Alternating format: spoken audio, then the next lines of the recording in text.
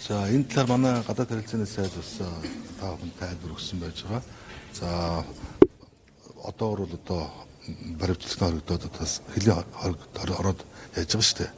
Тэнд байж байгаа 10 хоногийн хөлийн хоригд орсон байж байгаа. За, гадуур байж байгаа, гадуур байцаалтаа өгч байгаа. Тийм. Асуудал юм л явж байгаа тийм. Хөлийн хоригд засуулах хүсэлт тавьсан байна. Энэ талаар мэдээлэл өгөх. Яг энэ бол хүний эрхийн асуудал, хүн өөрөө бол тэр хөлийн хоригд цуцлах асуудал тавьж болно шүү дээ, тийм.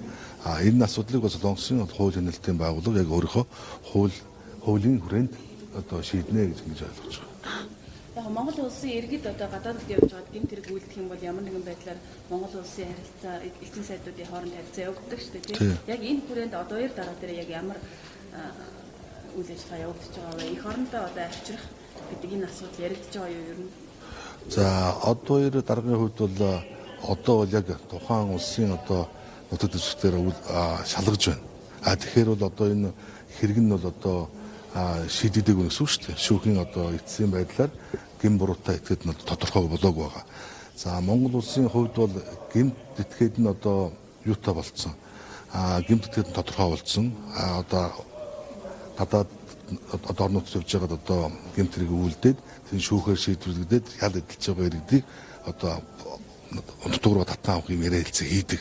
За, энэ бол ялтан шилжүүлэх хэлцээр гэж байдаг. Ялтан шилжүүлэх хэлцээр байгуулсан улс орнуудтай бид нар ийм яриа хэлцээ одоо өрнүүдгээ тэр нутагт нь авчиж одоо ялын нэтлүүлэх ийм ажил явагддаг тийм. Цогтоодор сайд ихтэй олон улсын хуулиар дипломат ирэх юм биелэх ёстой гэж ярьж ирсэн л да зүгээр энэ арай өөрөөр төрийн өндөр дээд албан тушаал гэдэг утгаараа асуудал арай өөрөөр зохицуулах ийм зүгээр боломж болцоо байна уу?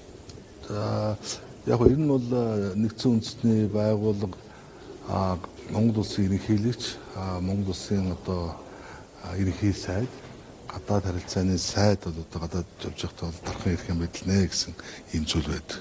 За, мөн тухайн оронд суугаа дипломат одоо тухайн оронд одоо дипломатаар ажиллаж байгаа хүнд суугаа орны зүгээс дипломат дархан ирэх юм идэлүүлдэг. Энэ болохоор Венийн конвенцийн дагуу.